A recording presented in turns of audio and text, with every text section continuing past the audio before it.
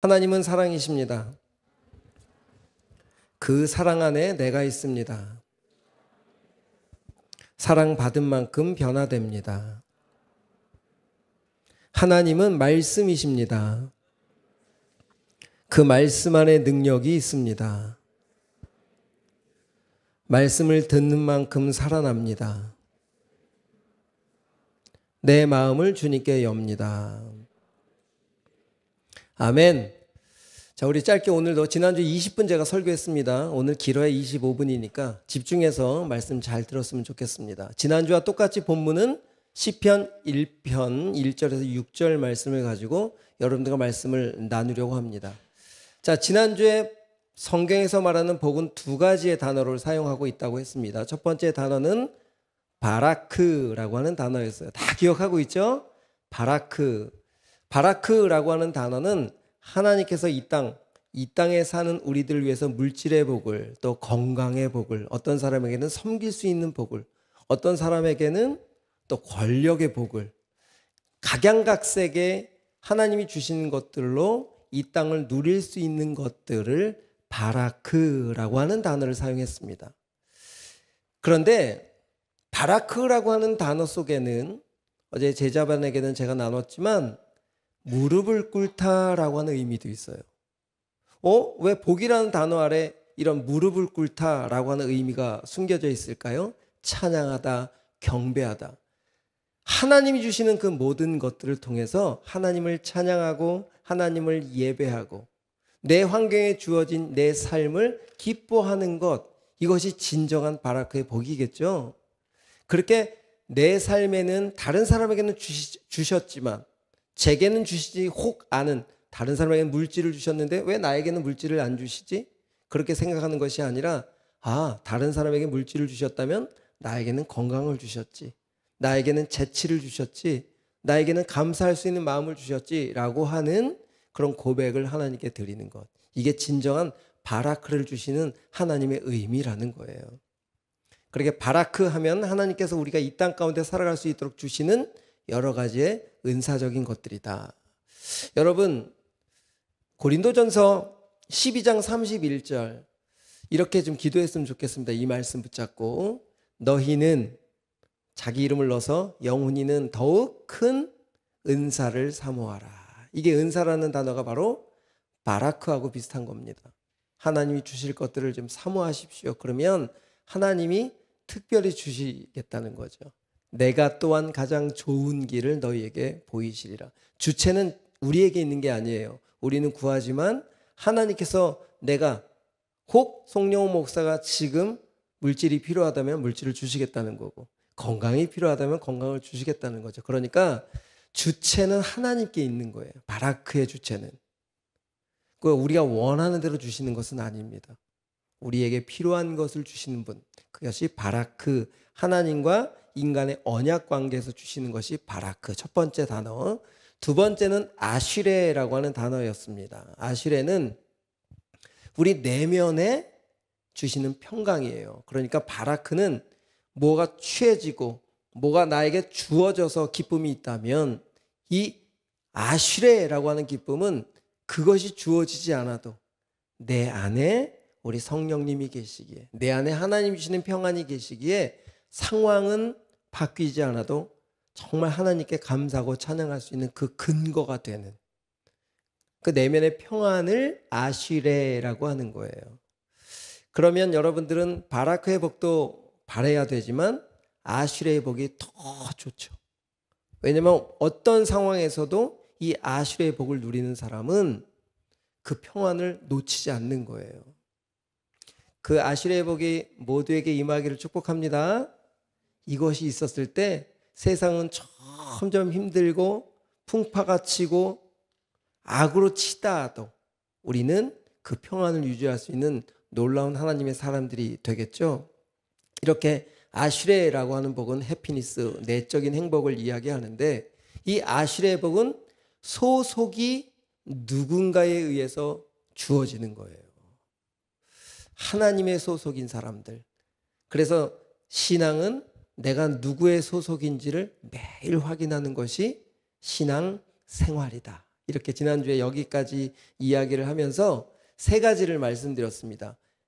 이 아슐의 복이 있는 사람은 세 가지의 부정사, 아니하며, 아니하며, 아니하고라고 하는 세 가지 부정어를 주시면서 세 가지를 지켜야 될 때 아슐레를 주겠다는 것이 아니라 이 복을 받으려면 세 가지를 지켜야 하는 조건절이 아닙니다. 아슐의 복을 누린 사람은 삶의 방향이 이렇게 바뀌는 것이다 라고 선포하는 거예요. 아시겠죠? 아니하며 아니하며 아니하고는 아슐의 복을 누린 사람은 자연스럽게 그렇게 걸어갈 수 있는 존재가 되었다. 그 힘이 능력이 주어졌다라고 하는 것을 선포하는 거예요. 자, 그러면 세 가지가 뭐였습니까? 첫 번째, 아슐의 복을 누리는 사람은 악인의 꾀를 따르지 않는 능력이 있는 사람이다. 꾀라는 단어가 하나님께 묻지 않는 히브리적 원어의 의미가 있어요. 그러니까 내 안에 아슐레가 있는 사람들은 내 감정대로 내 생각대로 어떤 것을 선택하고 움직였다면 이제는 내 감정과 생각대로 움직일 때 아니지, 그동안 내가 이렇게 생각과 감정대로 훅훅 움직였다면 이제는 생각과 감정에 앞서 하나님, 제 생각이 이런데요, 어떻게 할까요? 라고 묻는 태도가 바로 아슐의 복의 능력인 거예요. 그러니까 실수를 덜 하겠죠. 말 표현도 남에게 상처를 주던 툭툭 내뱉던 말들이 이제는 하나님께 묻고 말을 한다면 이제 상처가 덜해지게 되는 거예요. 이 아슐의 복이 많은, 아슐의 복을 누린 사람이 많으면 많을수록 이 공동체가 어떻게 바뀌겠어요? 따뜻해지겠죠. 상처가 없고 위로하고. 그래서 이 아슐의 복의 능력은 바로 연합의 의미가 있는 거예요. 이 공동체를 따뜻하게 하는 능력이 있는 거예요. 첫 번째, 뭐를 따르지 않는다고요?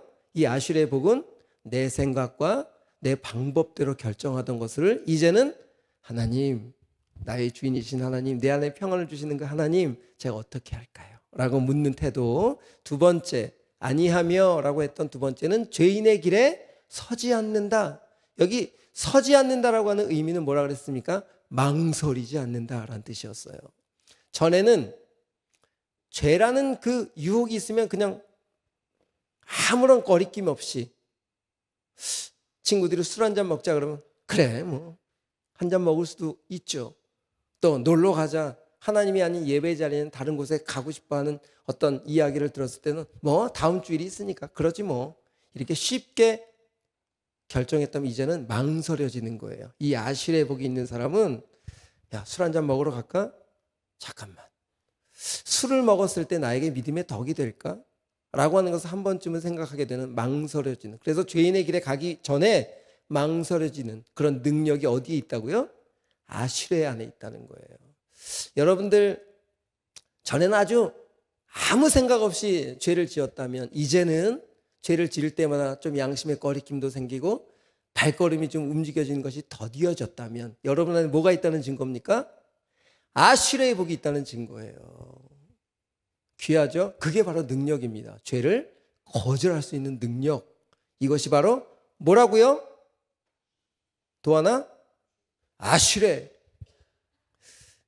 세 번째, 아니하고 라고 했던 세 번째는 뭡니까? 오만한 자의 자리에 앉지 않는 것. 앉다라고 하는 것은 머물러 있다는 거예요. 오만이라는 단어는 대적하다.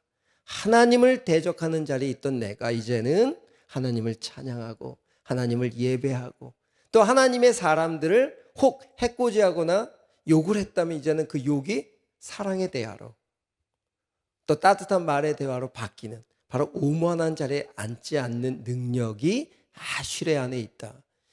여러분, 그러니까 우리에게 능력이 있어요? 아슐레 안에 능력이 있는 거예요.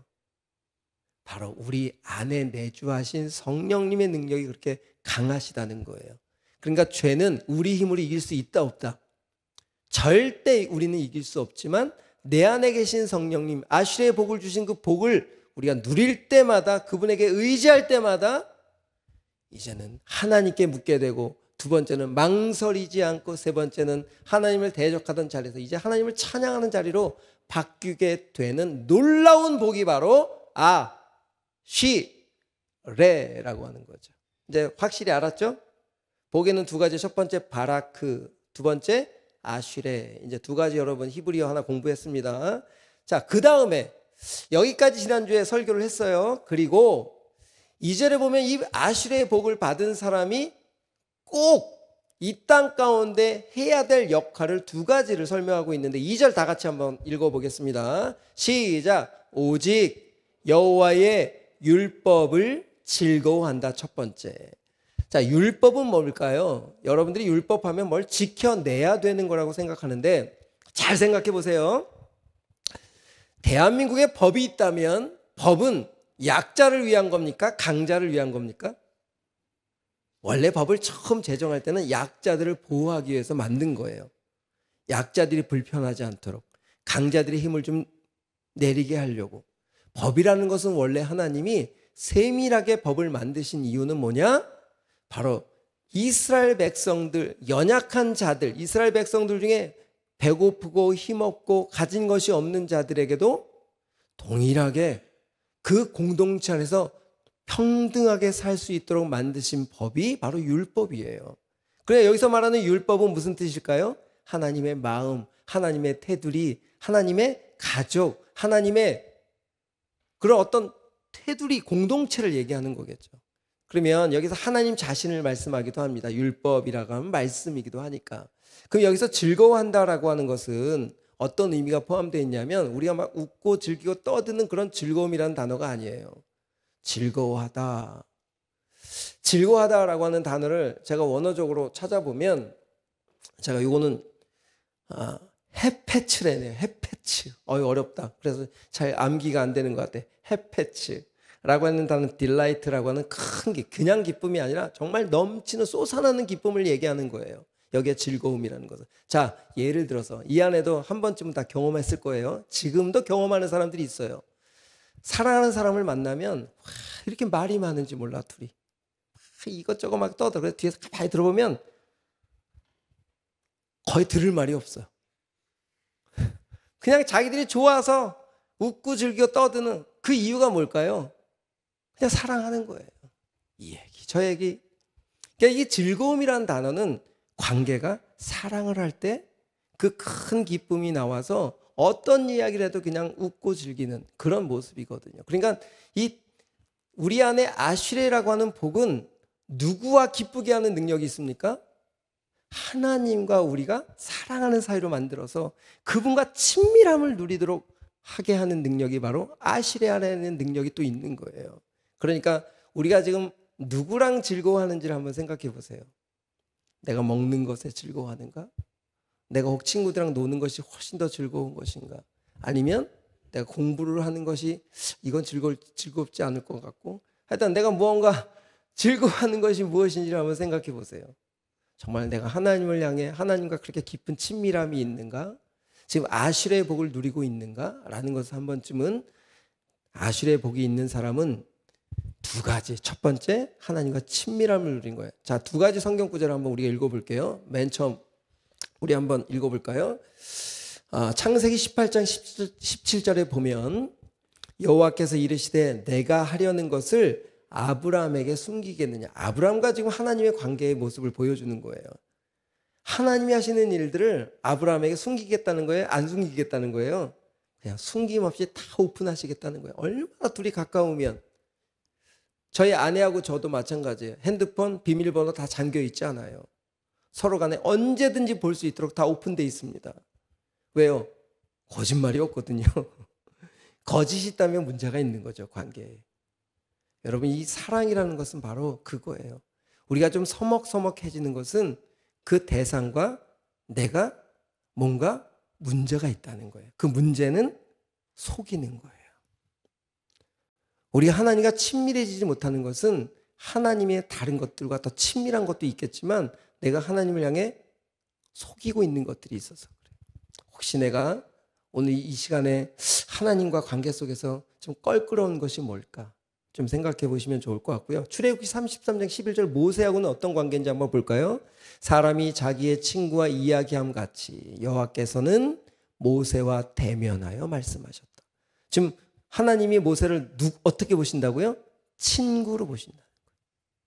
하나님이 우리를 그렇게 친구로 숨길 것이 없는 그런 대상으로 우리가 되기를 원하죠. 그게 아슈레의 복을 누리는 사람이 이 땅을 걸어갈 때 그 다음에 결과가 나와요. 이제 두 번째 2절 그의 율법을 주야로 묵상한다. 첫 번째 뭐라 그랬어요? 율법을 즐거워하는 것. 두 번째는 묵상하는 것. 자, 묵상이라는 하가라고 하는 단어는 세 가지의 의미가 있습니다. 첫 번째 잘 들으세요. 하가라고 하는 히브리어 나왔네. 첫 번째 읊조리다, 반복하다 이런 뜻이 있어요. 묵상하다는 첫 번째 의미예요. 두 번째 묵상하다는 의미의 두 번째는 으르렁거리다. 이거는 너무 밤에 배가 고파서 먹을 것을 찾아 헤매이는 하이에나처럼 그냥 그 먹을 것을 찾아 헤매는 그 으르렁을 얘기해요. 세 번째 경영하다라고 하는 뜻이 있습니다. 그냥 묵상하다라고 하는 그 단어 하가라고 하는 단어에는 이 세 가지의 의미가 있어요. 그러니까 여호와의 율법 하나님을 읊조린다라고 하는 무슨 뜻일까요?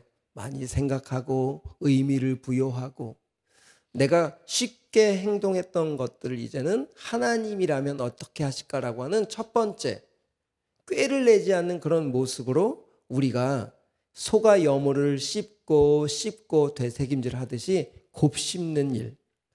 자, 여러분 이렇게 아슐의 복을 누리는 자랑 이 지금 한 가지 단어를 제가 놓쳤어요. 어떤 단어가 놓쳤냐 하면 이 2절 다시 한번 그의 율법을 주야로 묵상한다라고 하는 주야라고 하는 단어를 제가 놓쳤어요. 주야라고 하는 단어는 어떤 단어냐면 어떤 물리적인 밤과 낮의 시간을 얘기하는 게 아니에요. 이것은 문예적 표현인 거예요. 그러니까 주야라는 것은 내 인생의 희노애락의 모든 시간을 얘기하는 거예요. 내 전반적인 시간 속에서 묵상하는 거야. 내 전반적인 시간 속에 하나님을 향해 읊조리고 반복하게 하나님을 찾고 두 번째는 먹을 것을 찾듯이 간절함으로 하나님 앞에 서 있고 그렇게 두 가지를 했을 때 하나님께서는 내 인생을 하나님께서 도리어 나를 읊조려 주시고 나를 찾아주시고 우리를 경영해 주신다라고 하는 그런 의미가 숨겨져 있는 거예요. 그래서 제가 이렇게 정리했습니다. 아슐의 복을 누리는 자는 내 인생의 모든 희노애락 속에서 작은 것부터 하나님께 묻고 어떤 때는 으르렁거리는 간절함으로 절실함으로 하나님을 찾는다면 내 삶의 구체적인 현실에 대해 내 앞에 닥친 문제에 대해 내가 고민하는 어떤 선택의 문제에 대해서 반드시 경영해 주신다. 반드시 길을 열어주신다라고 하는 것이 이 여호와의 율법을 즐거워하고 묵상하는 이 복을 누리는 자에게 하나님 주시는 형통함인 거예요. 그래서 3절이 이렇게 기록하고 있어요. 3절이 결과입니다. 시작. 그는 누굴까요? 바로 여러분들이겠죠. 아슐의 복을 누리고 있는 사람들. 그는 시냇가에 심은 나무가 철을 따라 열매를 맺으며 여기까지. 여러분 여기에 시냇가라고 하는 팔개마임이라고 하는 단어예요. 시냇가. 사진 하나 보여주겠습니까? 이게 관계수로예요. 인위적으로 만든 수로라는 거예요. 그러니까 시냇가는 우리가 보여지는 어떤 강가를 얘기하는 거 아니에요. 강가는 비가 안 오면 마를 수도 있잖아요. 그런데 이 관계수로는 사람이 만든 인공수로이기 때문에 절대 물이 멈추지 않는 거예요. 그러니까 여기에 시냇가라고 하는 팔개마임이라고 하는 단어는 시냇가라고 하는 의미보다는 하나님께서 만드신 우물, 하나님께서 만드신 호수 이런 의미가 있는 거예요. 절대 마르지 않는 그런 곳. 자, 여러분 더워서 조는 건 아니죠. 이제 5분 남았습니다. 5분 집중해서. 자, 그 다음에 여기 뭐라고 써 있어요? 심은 나무가 이거 잠깐만 보면 심은 나무라고 하는 원어로 보면 심은 나무가 아니라 수동적인 거예요. 심겨진. 그러니까 밖에 있던 나무를 뽑아다가 지금 하나님 만든 인공수로에 심었다는 뜻이에요. 심어 있던 나무가 아니라 다른 곳에 있던 나무를 뽑아다가 지금 하나님 만든 수로에 심겨졌다는 거예요. 그러니까 여기서는 수동적 의미가 있습니다. 우리를 얘기하는 거예요. 우리가 사망으로 살던 우리를 생명으로 옮기신. 그러니까 여기에 지금 그가라고 하는 하나님을 주인으로 모시고 내 안에 성령님으로 묻고 순간순간 내가 실패하고 넘어질 수 있지만 그때는 망설임 없이 죄를 지었던 내가 이제는 좀 망설여지고 하나님 앞에 간절함을 찾는 너희는 이미 내가 사망에서 옮겨 내 수로에 심겨놨어 라고 지금 선포하는 거예요. 감사하죠. 누가 옮겨서 심었다고요? 우리는 옮겨져 심을 수 없는 사람들인데 하나님 우리를 쑥 뽑아다가 하나님의 생명의 자리에 확 심겨주셨다는 거예요. 얼마나 감사해요. 그러니까 철을 따라 열매를 맺게 되는 거예요. 열매는 누가 주시는 겁니까? 우리를 심어주신 그분께 다스림을 받을 때 열매는 저절로 맺히게 된다.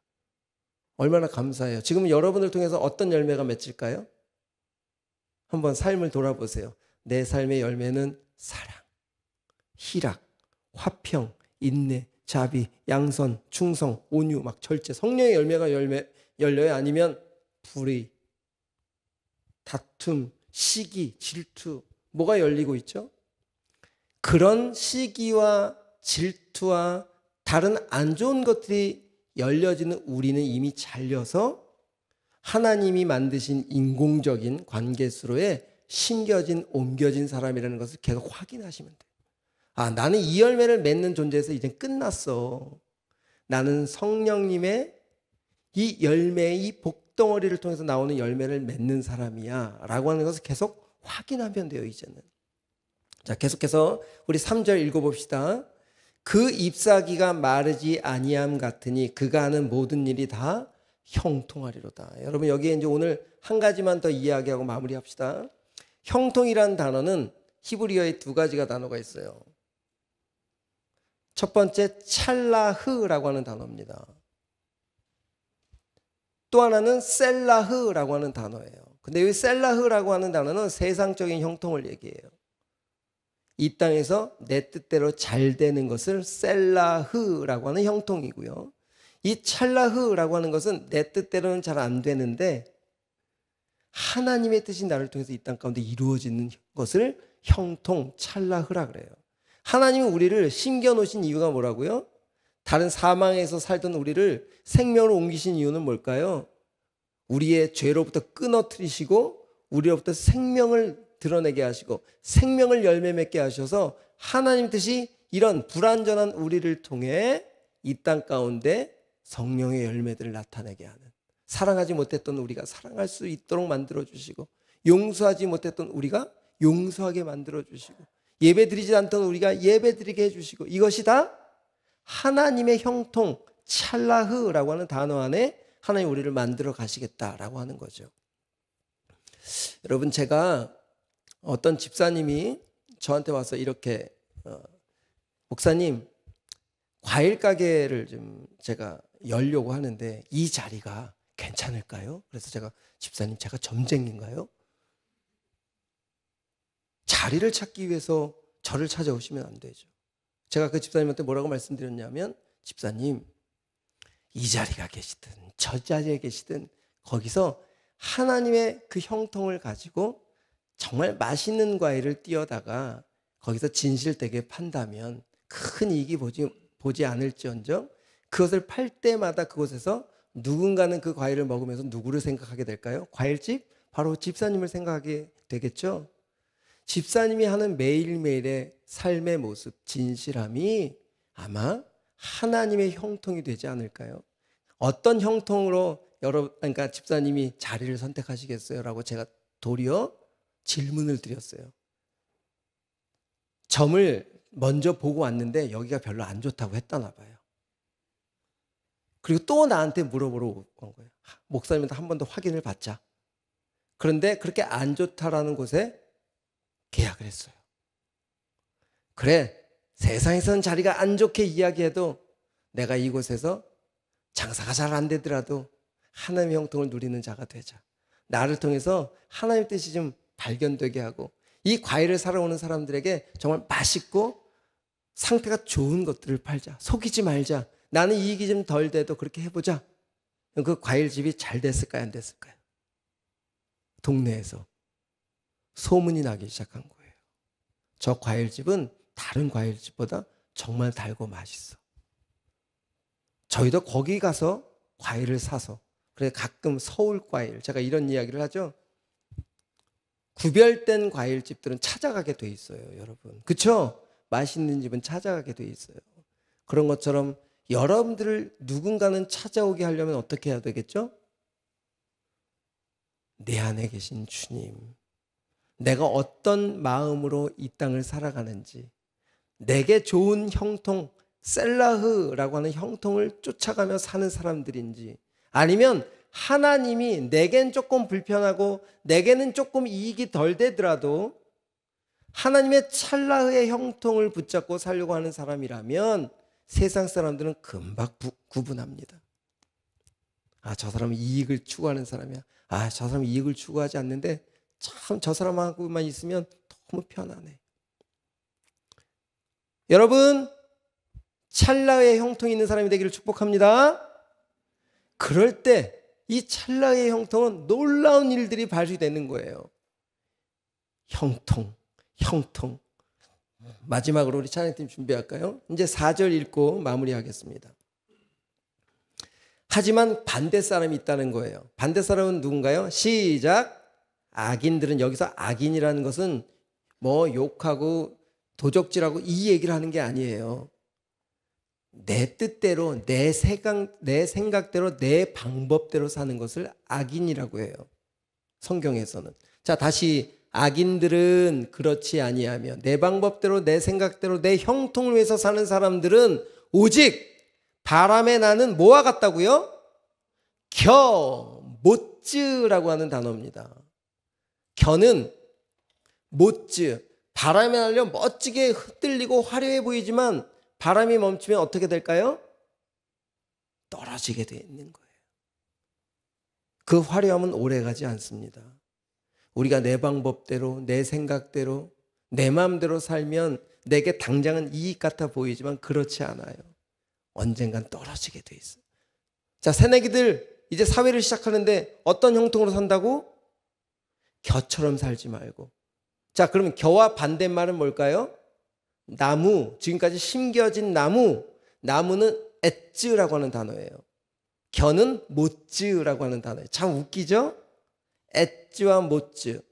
이거 차이는 뭘까요? 뿌리예요. 나무는 뿌리가 있고 겨는 뿌리가 없어요. 그럼 여러분, 어디에 심겨졌을까? 소속이 어디일까? 내가 하나님으로부터 영원한 진리 안에 뿌리를 가지고 아슈레의 복을 누리는 사람은 당장은 화려하지 않고 당장 뭔가 열매를 맺지 못하는 그런 모습일지라도 하나님 보시기에는 형통한 자고, 겨처럼 뿌리 없이 뭔가 화려하고 내 방법대로 기쁨을 누리는 사람들은 오래 갈 것 같지만 그 못지의 인생은 어느 순간 망한다라고 시편 1편은 우리들에게 오늘 말씀해 주셨습니다. 우리 이렇게 찬양할까요? 하나님, 이 찬양의 가사처럼 우리 하나님께서는 한순간도 우리를 놓치지 않고 사랑해 주시고, 하나님은 우리를 향해 계속 이 아슈레의 복을 주시면서 기다리고 계세요. 나의 사랑아, 나의 사랑아, 너는 지금 망설이고 죄 가운데 빠져 있지만 네 안에 있는 아슈레의 복은 그렇게 살면 안 돼. 다시 돌아와서 나와 함께 즐겁게 이 땅을 누려가자. 내가 주는 형통을 누리자라고 하는 이 고백 우리 한번 같이 했으면 좋겠습니다.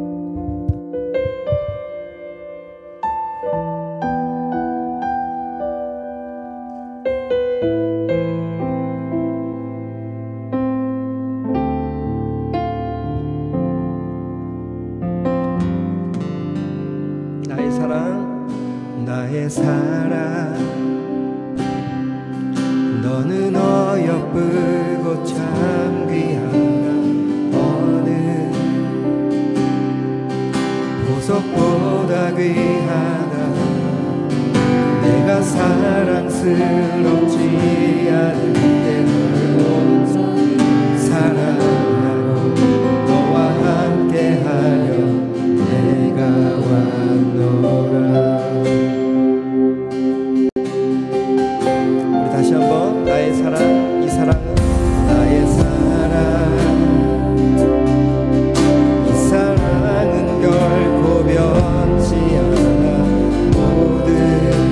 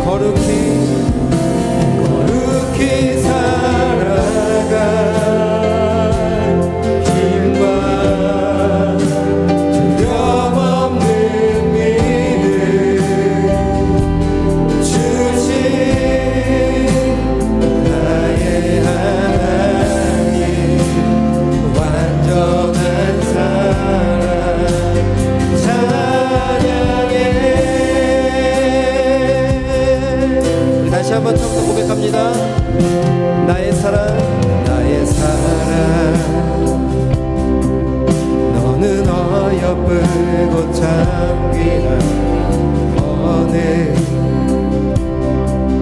보석보다 귀하나 내가 사랑스럽지 않을 때 너를 온전히 사랑해 너와 함께한 나의 사랑 이 사랑은 나의 사랑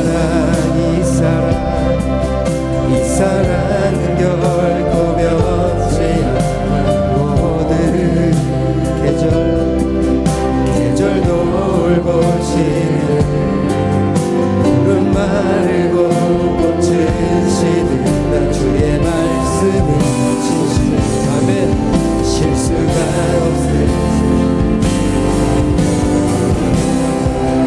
선포하겠습니다. 주님의 나라와 주님의 나라와 뜻이 나의 삶 속에 임하시며 주님의 이름 주만 높이는